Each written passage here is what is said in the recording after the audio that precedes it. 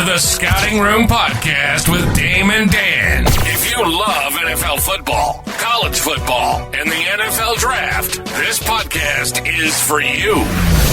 Touchdown! Dame and Dan will provide real analysis featuring analytics and film to back up their takes. Please sit down, grab your drink, and let's scout.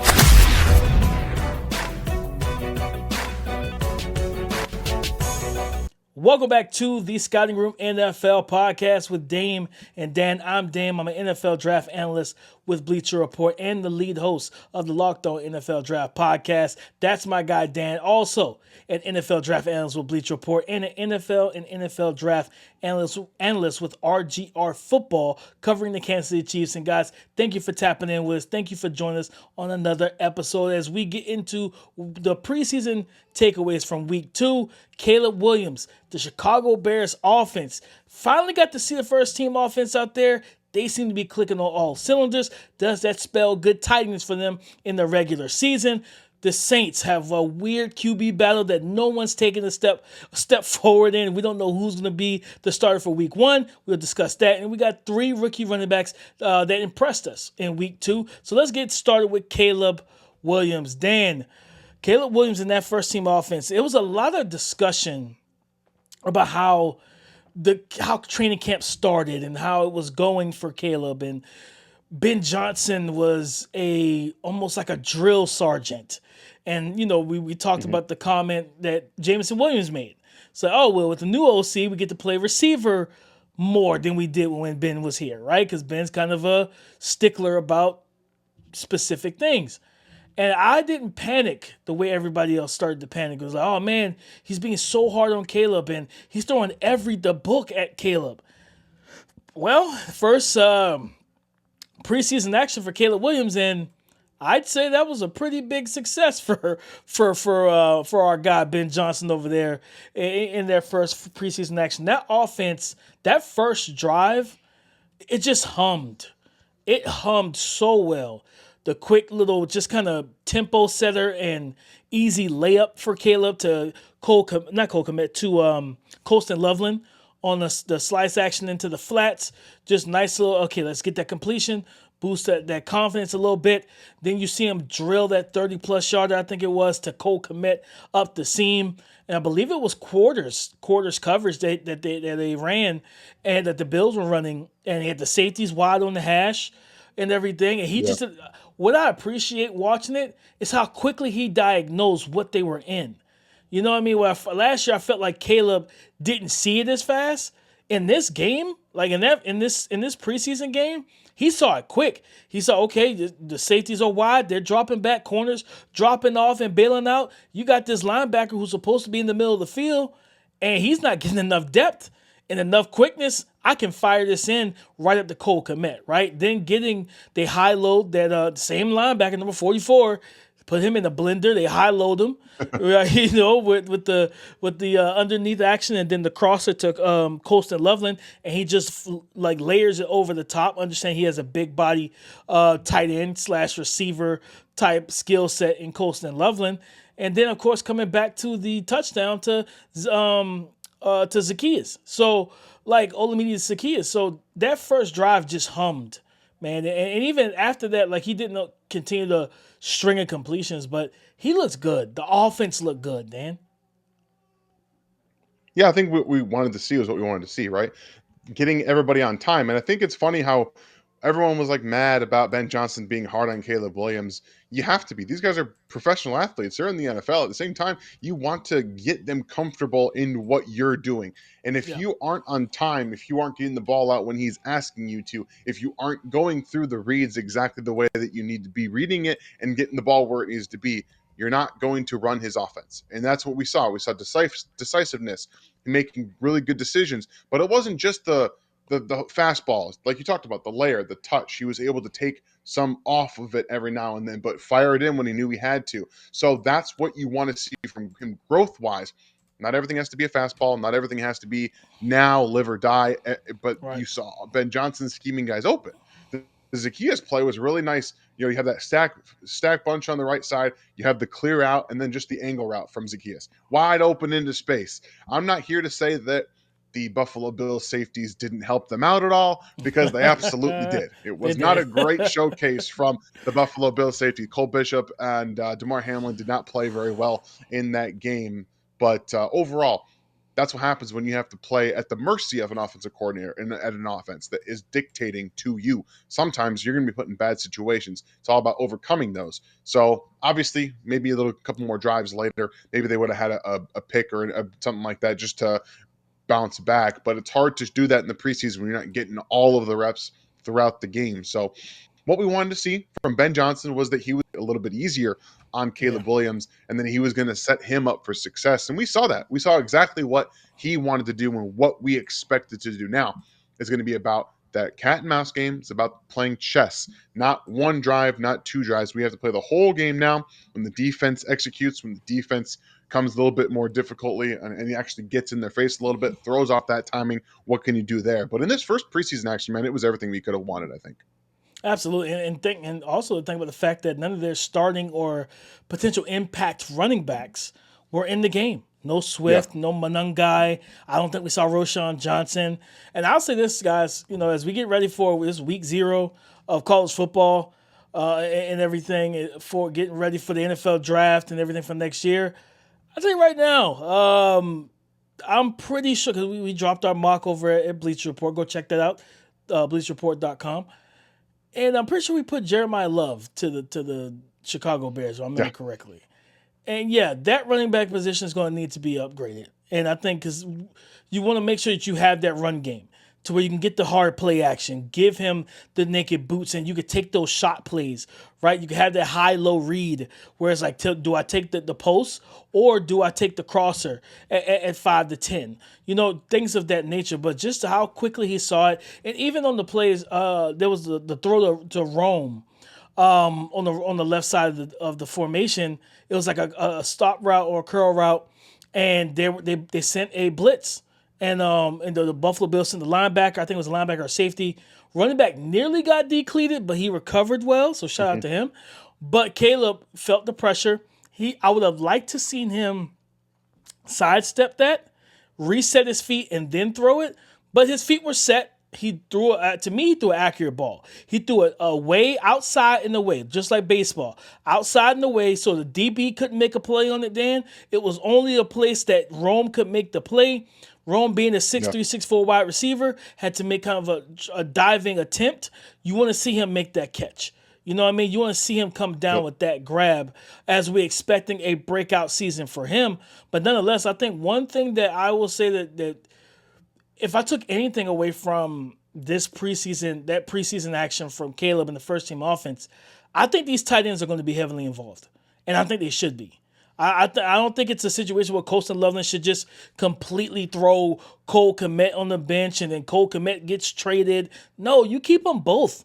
You come out in 12 personnel. You want to know why? Because you can go out and you can come out in 12, for those who don't know, 2 tight ends, 2 receivers, 1 running back, and you still can go to an 11 personnel, 2x2 look with the running back and shotgun flanking Kaleb, with your tight ends in the slot and your receivers out wide, or you can get creative like Josh McDaniels and Tom Brady would do, and they'll throw the tight ends out wide and they'll throw the receivers in the slot and really frustrate a defense.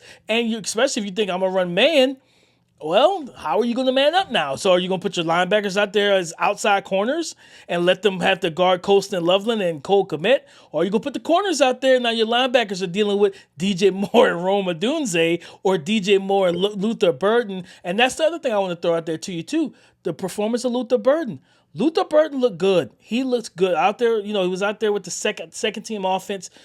Shout out to him for the toughness in the red zone. Those 2 blocks on kind of that almost a wham action, right? That crack action. Great job by Luther Burden. Being physical. We always talk about this from a pass rush standpoint. You have to earn the right to rush the passer. If you don't block, you don't get the rock. So he showcased that, and then they fed him some good targets and let him showcase what he could do.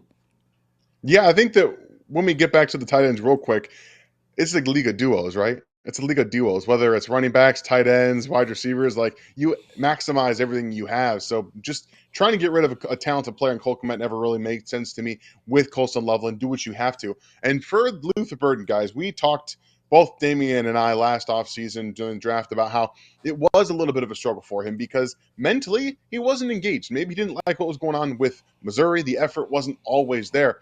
But being in the right environment with the right coach that connects with you on either intellectual, emotional, or just a play style level can make a big difference. And right now, at least the fruits of that early connection with Ben Johnson are providing a little bit more effort-based plays, and that's always what you want. You want these players to buy in, and if you can get a really talented player like Luther Burden to buy into what you're selling, not only are we going to see him do what he does with the ball in his hands, going to get the football, you might see him work on the routes and develop into more of a complete receiver, which is everything that we want to see from that guy. So fantastic job from Ben Johnson early on to get on the same page with his players, because it looks like everyone's kind of humming right now, like you said, with the offense, and everyone kind of feels like they know what they're supposed to be doing. Absolutely. And I think, again, going back to how he's coaching these guys, he was very critical of Luther Burden during the offseason of, hey, you can't really learn if you're not healthy and you're not able to practice and different things like that. But what I think they've done is they've drafted the right guys mentally to then pair them with a coach that's going to be able to coach them the way they need to be coached to get the best out of them, right? And I think we look at that with we're seeing that in Indianapolis, right? You got Shane Steichen, who's proven to be a lame duck coach and probably is going to be fired either by middle of the season or the end of the season. How he's butchered the Anthony Richardson situation. Yes, A-Rich had his own issues, health-wise, stuff like that. But putting any stock into Daniel Jones, as we've all watched film on Daniel Jones, the year he got paid, he threw 15 passing touchdowns. Just want to put that out there. With a much better head coach in Brian Daboll. But nonetheless, like, you look at that, you look at what we talk about, Kevin O'Connell, and how he really elevated and put confidence into Sam Darnold, a guy that we felt like was mentally and emotionally broken. Right? Just having a coach that knows how to coach his guys means a lot, man. So shout out to Ben Johnson. I'm excited for this Bears team. We know their defense is physical. They're tough. They're extremely talented defensively. And then having Dennis Allen. Guys, I'm telling you right now, Dennis Allen does not play. You go back to that week 1 preseason game. Quinn Ewers is back there against simulated pressure, and they sent the house in week 1 of preseason. So, and they created a turnover off of it. So, yeah, Dennis Allen is a great defensive coordinator, but where's his old stomping ground? The New Orleans Saints. Let's transition and talk about those New Orleans Saints. A really good segue, I would say. I pat myself on the back there, Dan. The Saints have a quarterback conundrum after 2 preseason games.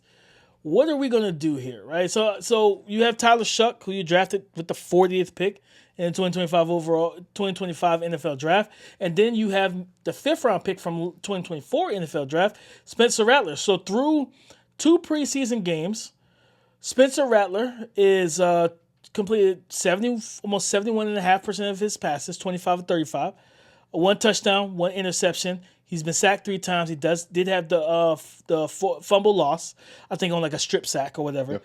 But also, he's carried the ball 6 times, 41 yards, even has a 2-point conversion. And you look at the game against Jacksonville, they were down. He comes in. He led a 9-play drive. I think it was after the interception. I think he might have been after a turnover or something like that. 9-play drive, 82 yards down the field in the final 3 minutes. Tied the game with a 20-yard pass and then the 2-point conversion run. Now you flip it to what has Tyler Shough done, 24 of 34. So very similar, completion percentage, 70.6 for him, 231 yards passing, 1 passing touchdown, 1 interception. It was a pick 6, 4 sacks, 0 fumbles. And then he had that 34-yard touchdown pass. I believe it was on a stop and go to I think it was Mason Tipton against the Chargers. When you look at this race right now, Dan, for what we've seen, who do you think should be the starting quarterback week 1 for the New Orleans Saints?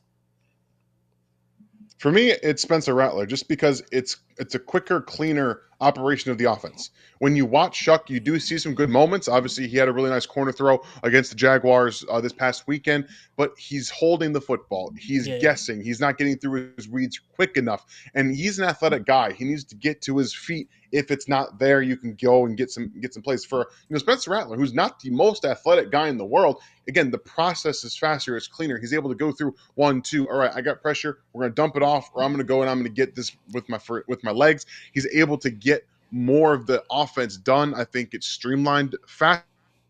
That's not to say he's been great.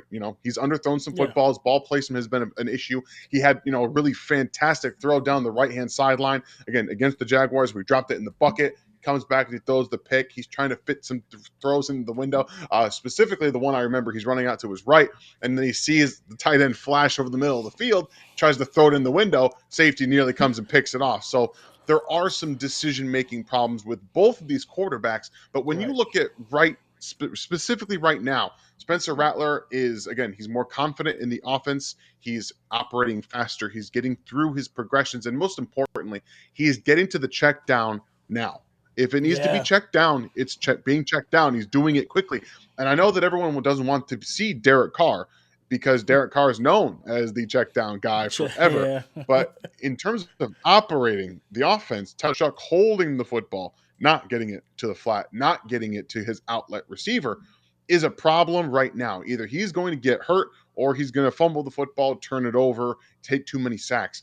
Even though Spencer Rattler is going to be prone to some decision-making problems, I think one of the most important things that I saw was that he wasn't rushing out of the back of the pocket. Last year, before that, he was just completely trying to get out of the back like we've seen Shedeur Sanders do with the Browns early on, just trying to get out the back. No, step up and out. I think, again, he's just a little bit faster mentally, and he's learning a little bit more, obviously with a little more experience in the NFL. He knows the speed of the game a little bit. So for me, it's Spencer Rattler just over these first 2 preseason games. Same. I mean, when you look at the numbers are very close to being identical for both the touchdown, passing touchdown, interception, completion percentages are close, and the amount of passes they've attempted, the amount of passes they've completed. Like, it's very close. But I agree with you. Just a cleaner process. And not only that, but it's the handling of pressure. Like, and this was something that was big with Tyler Shough. And again, like, I liked Shough. I felt like, okay, he gets through his reads. He gets from 1 to 2 to 3, handles full field progressions. He's got a strong arm. He's mobile. He's got traditional size. It's a lot of things in terms of when you're doing, when I open my notebook, I'm like, okay, what are the plus marks? It's a lot of plus marks. But some of the things on the negative marks, those negative remarks on his profile of handling pressure, not wanting to get hit, things of that nature, the decision-making under pressure, like it's even going back to the combine. Remember when he was, they were throwing on air right to the receivers, and he tries to get fancy, does the little hitch and climb, and tries to and it's like the ball was absolutely inaccurate. His feet were terrible in the throw, and it was just like, Tyler, no, like this is not helping your case right now. Don't do it. Like, don't do these things. And so for me, it's just like, because what happens? You get into a regular season game, and you're playing the Atlanta Falcons, and Jeff Ulbrich, the DC, looks at Raheem and like, let's light him up. Like, does Shough have the toughness in the pocket to stand there and make the throws, or does he have the mental aptitude? I think that's the part for me that people have to think about when we talk about like the Anthony Richardson, the Trey Lances, the lack of time on task. Tyler Shough is a true 1 year full starter in college football because he was hurt almost every single year before the 2024 college football season. So he doesn't have much time on task either. So you think about having to deal with some exotic blitzes and simulated pressures, things of where, we talked about the A-Rich thing everybody did on week 1 of the preseason. Hey, you got to check the, slide protection this way. You think Tyler Shough's making that call? He hasn't seen it much. He hasn't seen much things in terms of playing football. So I think you got to go with Spencer Rattler. Spencer was used to being blitzed and pressured at South Carolina. Their offensive line was not great that year he was there, right? It got a little bit better with Lenoir Selton. Then Lenoir is like, I'm a Superman, so I can kind of create some stuff on my own. But yeah, Spencer's used to having free runners and guys getting back there to him. So I think it should be Spencer, and you roll because at the end of the day, guess what?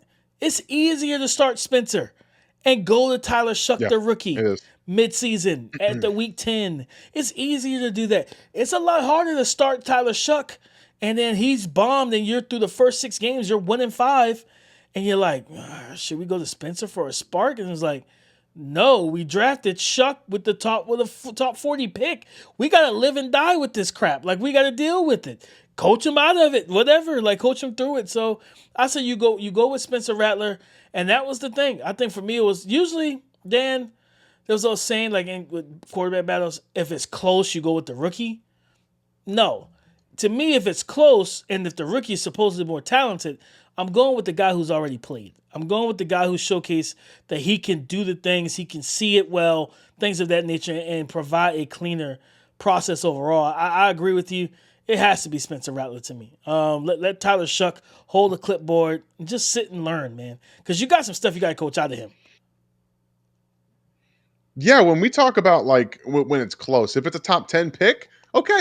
If it's close between the veteran and the top 10 pick, Right, all right, yes. we got something here. We know we're in a right spot because typically those veterans, it's a cleaner process. They're getting through their reads. The ball's coming out quicker because they played the game and they know. And that's the one difference here is that Spencer, 2 years in the NFL, his second year now, and Tyler, who is not a top 10 pick. And honestly, probably shouldn't have been a top 40 selection if we're being honest with ourselves. But we're in this situation now, and you have to play with the hand that you've dealt yourself. I will say one positive advantage here that they have is they have a young tackle tandem. Trevor Penning looks like he's doing well at guard. You've got Talise Fuaga, who is playing tackle for your left tackle for you. You drafted Kelvin. No, sorry, they swapped back. Kelvin Briggs is playing left, and then they flopped, and Fuaga's back at right. And they look good. Like, it looks like this could actually really work out for them. So regardless of whether right now it's going to be Spencer Rattler or Tyler Shough, or possibly in the future, if neither of them work out this year, another rookie quarterback, this is a good place to have these young players. I think Kellen Moore is going to do a really good job with them, but the offensive line, again, if you guys haven't watched Kelvin Banks, you should go watch Kelvin Banks. Please. He looks damn good. Really good. He looks damn good. Really and happy they just traded for Devon Vele, the receiver from the Denver Broncos, to bring some size to that receiver room to go with Olave and go with Rashid Shaheed.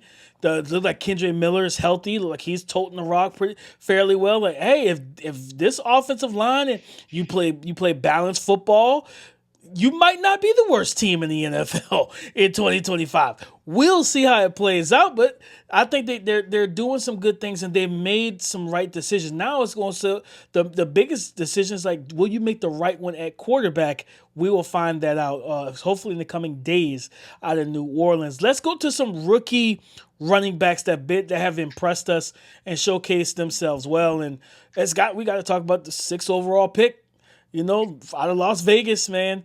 Ashton Jeanty. Everybody was ready to, like, Jesus Christ. They tried to call the young man a bust and everything, Dan. After, like, just one preseason game against Seattle and their defense didn't give him anything, and everybody was ready to lose their minds. They were like, oh, no, like, oh, he doesn't look like the guy at Boise. And I'm like, well, okay, like, duh. Like, you know what I mean? Like, he's not at Boise. Like, he's in the NFL.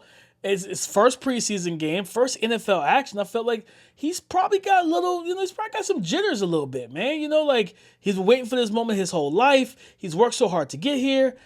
And, yeah, that's what it kind of looked like to me. The offensive line didn't block the best. But, man, the run and how he looked against San Fran, I'm like, yep, you see the explosiveness, you see the downhill ability, and you see that physicality of lowering that freaking shoulder and just putting the guy on their back. Dan, I was impressed with what I saw from him, and they are already talking about getting him involved in the passing game. A lot of people don't know. You go back to 2023, he caught the ball a lot at Boise State, almost 600-700 yards receiving that year. They'll split him out into the slot, run some whip routes and different things like that. Don't be surprised if this young man has 40, 50 catches this year for Geno Smith. It's funny. If you go back to watch him against Oregon last year, there is a play where he runs, but he mosses a dude. He jumps up and he goes and Yeah, catches yeah. the football just out of bounds. So like, there's legitimate pass catching chops here for Ashton Jeanty. And by the way, guys, I know I look green. I'm still in my in-laws house. Like, we are fighting for our lives over here with lighting and setup and everything. I've got a dog in the room, so Oh there's man. distractions, there's things going on here, you guys. So I appreciate you being here, even though I look like I'm about to Hulk out over here. But Ashton Jeanty on the ground. We can't ever overreact to preseason games, No. good or bad. Yeah. Overreacting to preseason games is a bad thing to do anyway. You want to look at how they're being used, what they're being asked to do, what's in front of them. Yep. If your offensive line doesn't block, no offense to Ashton Jeanty, it's the NFL. You're not getting very many yards. No, You're you're just not. not doing it. I don't care how physical, how powerful you are, and how much you can lower your shoulder. You're not getting very many yards. I think No. you saw that. Even though he could do that in college football, he could do that at Boise State. If his offensive line wasn't great, I can go make something happen. The athletes are a little bit different. So that is going to change the dynamicism with which, if the play is run poorly or not blocked very well, things happen. But you see exactly why he's going to be toting the rock for the Las Vegas Raiders as number 6 pick from last year, because he's still on the same page of these NFL players, of these linebackers, with his physicality, with his ability to change those angles, his best attributes, man, creating arm tackles. And if you don't, guess what? I'm putting this shoulder in your chest and you're going to fall down. Like, that's what's going to happen. You're going to be on your ass while I'm going the other way. So at the very least, we're talking about a guy who's going to fit exactly what the Las Vegas Raiders, really what the Raiders used to be in Oakland. Yeah. They were the physicality, man. That's the kind of play style. If you look around the AFC West now, with the Broncos drafting a running back, with the Chargers drafting a running back, they want to run the football. And we know Geno Smith is a good quarterback. We also understand that what Pete Carroll wants is a physical brand of football, offense or defense. And Chip Kelly, guys, he still wants to run the ball too. I know he wants to have guys spread out all over the place and he wants to throw it over here, but really what he wants to do is run the football. So this is going to be a very interesting matchup with a guy like him, who he coached Quinshon Judkins last year at Ohio State, but this is a little bit different, and you don't have the TreVeyon Henderson. You got a bit more of a real physical kind of presence. So impressive in this game for sure. And I'm excited to see what he does in the passing game, because again, if you do forget about him because he wasn't utilized that way at Boise State so much this past year, and you worry about everybody else, man, he's going to make some guys hurt in the flats. I can tell you that. Yeah, it's gonna be some what we call business decisions made, right? These guys are gonna have to start thinking like, Yeah. do I really take this guy ahead? I'm diving at his ankles. I'm an ankle biter in this situation because like you talking about Geno Smith getting time in the pocket, going through his reads, and your secondary is doing their job. They covered the receivers, they covered Brock Bowers, and then he comes back to that last read and he dumps it off into the flats to Ashton Jeanty, who has 10 yards of grass between him and the third level defender that's some lonely corner one-on-one. And it's like, Bye-bye. yeah, it's what are you going to do in that situation? How are you as physical? You have to be one of those guys, one of those dogs at the cornerback position. And I think it's going to be a massive year for this young man. I think he's my betting favorite to win Offensive Rookie of the Year. I think he gets a ton of touches, and he just balls out this year as not from the running, just a running standpoint, but total yards from scrimmage type of back. But talking about total yards from scrimmage type of back, then we got to go to New England. I'm talking about TreVeyon Henderson. He had four carries, 20 yards, and a rushing touchdown against Minnesota this past weekend. And go to the first preseason game. He had the 100-yard kick return for a touchdown and everything. And you're just like, yeah, this dude is explosive. But that's the thing we knew about him. Speed, playmaking in space. Another guy who they've pretty much applauded and lauded his ability to catch the ball in space and running routes with him. You get the short zipper motion that they've shown in practice into the stack look. He runs a quick out route. You want to get him matched up on linebackers. He's probably like, you still have Ramondre Stevenson there, but he's going to have a massive, his impact is going to be felt in this offense. And who's the OC? Josh McDaniels. If Josh McDaniels doesn't do anything else, he gets that pass catching running back involved. Dion Lewis, James White. Yeah. Well, man, there's been so many of them. Danny Woodhead. Yeah, it's been the Patriots staple. Kevin Falk. They've had so many running backs over the years. Shane Vereen. What was the Rex Burkhead, who was everybody called him a fullback, goes in New England, he's catching it's just in the lineage. If you're a running back in New England, you got to catch the ball. So I'm excited for TreVeyon Henderson. Like I said, I don't think he's going to be the RB1. As in terms of starting and maxing out touches over Ramondre, as long as Ramondre doesn't fumble the ball again. You got to protect the football, big fella.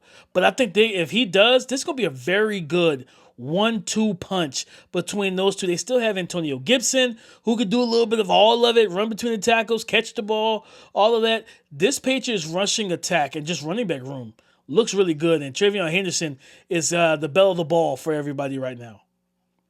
Yeah, I think he's actually going to be the 1A personally. I think he's going to be the guy that starts, and you're going to have the ability to kind of take some of the rock away from him, so he's not always out there with Ramondre Stevenson. But I want to just kind of tell you guys a funny little story that just happened because we're sharing lives right now. This is what we do. My dog was over here on her bed, and then she got up and she shocked me with static electricity, and it shut off my earbuds. I was trying to reconnect him while he was talking, and I didn't know how that was even possible, but we were able to make that happen. Sorry, I had to share with you guys. That was just too funny not to. We do electronics on this show, guys. We do electronics here. Dude, when I say I'm fighting for my life, guys, I'm fighting for my life. We text about it all the time. It's been these past 2 weeks, kindergarten. It's been a lot, guys. It's been a lot over here. Much like Ramondre Stevenson is going to be fighting for his job, not necessarily losing it. Yeah. However, when we talk about explosiveness, you talk about the needing to get that player on the field. I'm not saying, because you and I both agree that TreVeyon Henderson, he probably can't handle a full workload because of the previous injuries and the future possibility of injury. However, you can't keep him off the field if he continues to do this. And this is the problem with having talented running backs or having a guy like TreVeyon Henderson who, again, could have easily been the RB1 if he was fully healthy. If he was fully healthy, he would have gone probably over pick 6 before then, because that's how good I think TreVeyon Henderson is, and what he's showing you right now is exactly that, the versatility that he brings. So there's a ton of talent there. We know that. And what does the Patriots offense really need? Juice. It needs juice badly. That's why they drafted him. That's why they drafted Kyle Williams. They need guys with explosiveness to be able to attach to this offense. So that's why I think he's going to be the RB1A in this offense, just because he's going to bring an element that not only Drake May desperately needs for the running back room, but for Josh McDaniels. He wants to have that kind of player out there as much as possible. So the pass catching stuff is there, where we know the outside zone is there. I wonder how he's going to hold up on some of the inside zone, some of the power concepts. We know he can run them because he did it at Ohio State, but these are going to be a little bit harder hits he's dealing with. Not a ton harder, because Big Ten is very physical brand of football, but it's very interesting for me to see what they're going to do, because I do think he's the most talented running back in that room. Absolutely. He definitely is, and I agree with you. They got to get him on the field, and they have to get him on the field a lot. And that's I think that's going to be a dynamic, is not seeing that 100-yard kick return is like, okay, do we minimize some of your offensive touches and still use that explosiveness on kick returns? But like you said, he's going to help Drake May so much more because of that pass catching ability, being that last. How we talk about with the safety, you're the last line of defense, but being that last option in the progression. Like, hey, everything else is covered. Stephon Diggs is covered. Tight ends covered. Yep. Everybody's covered. I can check it down. And he didn't do a lot of that at North Carolina, but I felt like he didn't have a true back consistently that could do that. Outside Agreed. of that 1 year, they had, I think, Ty Chandler, if I remember correctly, before he came to the NFL. So now having the back like TreVeyon Henderson, where you know what, I can come off these reads quicker and I can dump it down and let him go eat out in space. But we're gonna close this thing out with the Pittsburgh Steelers rookie running back Kaleb Johnson, the big physical guy that stayed in the same colors he played in college, that black and yellow, black and gold. Now with the Pittsburgh Steelers, he had a successful second day out on the job, right? 11 carries, 50 yards, average over 4 yards, or 4.5 yards per rush, with a long of 14. And what I loved is they started getting him going in a zone game, and you saw him start to process quicker. The game, it felt like it was slowing down for him in real time. And his ability to, I feel like the first week he was a little rushed, stuff like that. He settled down more in week 2. And I just love how decisive he was as a runner. He saw it, he hit it, cut back, jump cut. He struck at 230 pounds or whatever he is. Yeah. This is a big back, guys. And the string together cuts, and as well as working up another level of the defense every time you do it, was impressive, and making guys miss, but also the physicality he runs with, the toughness downhill.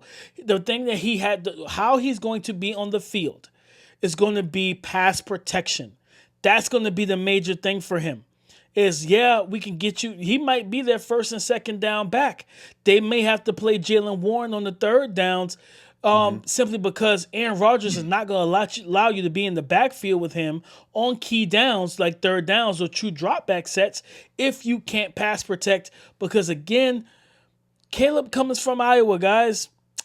Yeah, he was their entire offense last year. It wasn't much throwing the football that they were doing, and he didn't have to pass protect a ton. It was a lot of handing the ball off to him to get scores. So he's got to clean that up and continue to get better. But I think there's so much more potential for this young man, and I wouldn't be surprised if he's taking a full stranglehold over this job by the week 9, 10 of the season, and it's just they're riding the hot hand and they're riding and putting the rushing attack on his back. I still think Jaylen Warren is going to have an impact. Don't get it twisted.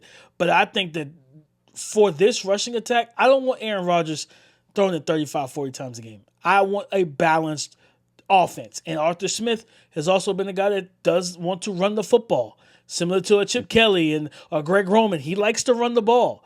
And they like to run it out of shotgun and out of pistol. And I don't know how much pistol you run with Aaron Rodgers. You probably won't run too much of that because can't get anything out of him in terms of rushing ability. So I wouldn't go to that set too often. But he wants to run the ball, be balanced, and then get the play action pass going. But Kaleb Johnson, impressive. Second day out, man. He looked good.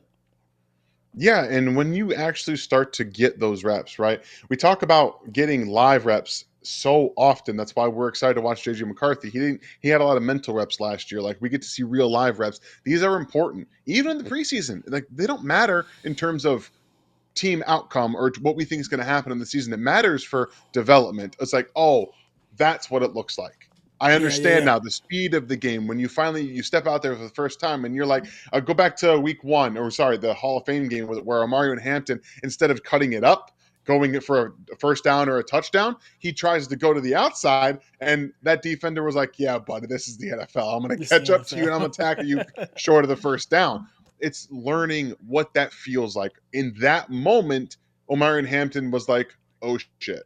That was a no shit moment for him, right? Now he watches it back and he says, okay, I won't make that decision again. So learning these reps, getting these reps and seeing it in real time helps. And when you're comfortable, when you're doing something you're really comfortable doing, man, like Kaleb Johnson he's so fluid, man. He had the best footwork among all running backs in this class. Behind the line of scrimmage, he's so good at finding those lanes, the curvilinear acceleration going from, like you talked about with the jump cuts, he can just accelerate every time he makes a cut here and keeps going. And then I think the culmination of this is putting Broderick Jones back to the left side next to Isaac Solomalu, and then having Troy Fatanu, who, by the way, looks really good at right tackle as well, is going to be very, very helpful. And then Sincere, it wasn't Sincere McCormick. It's McCormick out of SDSU. at right guard too. Forget his first name, but I liked him coming out of SDSU 2 years ago. So I think this is going to be really good offensive line. So I'm trying to say to run behind. If Roderick Jones just gets it right a little bit, just a little bit, man, just get it right a little bit, I think they're going to be just fine. And Kaleb Johnson, when you get the guy who has all the physical tools to be a pass protector, I mean, he's a tank. He's 6'2", like I said, 230 pounds. He has the want to and everything too. It's about the technique. And then this has to be the Arthur Smith, like, hey, buddy, I've coached a lot of these guys, these big running backs. I can help you learn. And that's all we need from Kaleb Johnson. The effort has always been there for him. It's just, where do I put my hands, right? Where do I put the hands? And how do I get my feet underneath me properly to take on this blitzing linebacker? So all of the tools, I think, for him to be a successful 3-down backer there. But like you said early on, you're probably going to see some Jaylen Warren. One, he's actually very good at blitz pickup for a guy his size, very explosive out of the backfield. It's a very good tandem. We talked about this earlier. It's a NFL, right, of duos. This is a good duo, in my opinion, because I know that Najee Harris was a good running back for them. Kaleb Johnson takes it a little bit to the next level. He's a little more explosive. He has better footwork behind the line of scrimmage. And then he has that curvilinear acceleration we talked about, where he's able to get around up an arc and still accelerate. Najee was more straight line. Once I get straight line, okay, we're going to accelerate. So Kaleb is a better guy that can accelerate in that motion and that movement because of that ankle flexion that allows him to just ride an angle and keep going. So he's going to be a lot of fun to watch. And I think that this offense, like you said, with Aaron Rodgers, you can't have back there throwing the ball 45, 50 times a game. We can't be seeing that from them. So Kaleb is going to be in for a hefty workload if he continues to show this kind of comfort. Absolutely. I think for Pittsburgh, that's what you want to see. You want to get both of these backs going. You want to be able to get their run game going, be balanced, allow Aaron Rodgers to just play ball and not have to try and come in to be the franchise savior. Like, oh, they haven't had a good quarterback since Big Ben. Right. I got to be that guy. And that was a guy I came into the league with around the same time. No, just come in and play complimentary football. Hand it off, check into the right place, do what we need you to do, get the ball to DK, get the ball to Roman Wilson and company, and let this offense try to find, pretty big dude, right? You know what I mean? Big Darnell Washington and everything, man, and Pat Fryermuth. There's enough weapons to get the ball to in the passing game, but to me, they got to get back to Steeler football. Steeler football is punch you in the face, and let's see if you can get up after the first hit. If you can, we got more punches for you. Let's play physical. But that's our show, guys, where we talked about 3 rookie running backs and how impressed we were with them: Ashton Jeanty, TreVeyon Henderson, and Kaleb Johnson, as well as the predicting and who we believe should be the starting quarterback for the New Orleans Saints. Newsflash, it is Spencer Rattler. And then we kicked off the show talking about how we love what we saw from Caleb Williams and the Chicago Bears starting offense and what that could mean for the regular season. Guys, go ahead and subscribe and follow for free wherever you listen to podcasts, wherever you get podcasts, Apple Podcasts, iHeartRadio, Spotify, YouTube, wherever, guys. Go ahead and subscribe, leave a comment, leave a review, hit the bell notification if you're watching on YouTube, and to continue to support this podcast and the channel, guys. So please, as always, man, I'm Dame. You can always check out everything I'm doing over at Bleach Report and the Locked On NFL Draft podcast. Dan, same thing, man. He's got the tight ends, the corners, the safeties. It's college football season, baby. We got Scott reports coming up. We have so much content coming you guys' way. We're about to be tired. Or we're already tired, but we're about to be really tired because football season is back, guys. So thank y'all so much for tapping in here with us on the Scouting Room NFL podcast with Dame and Dan. I'm Dame. That's Dan.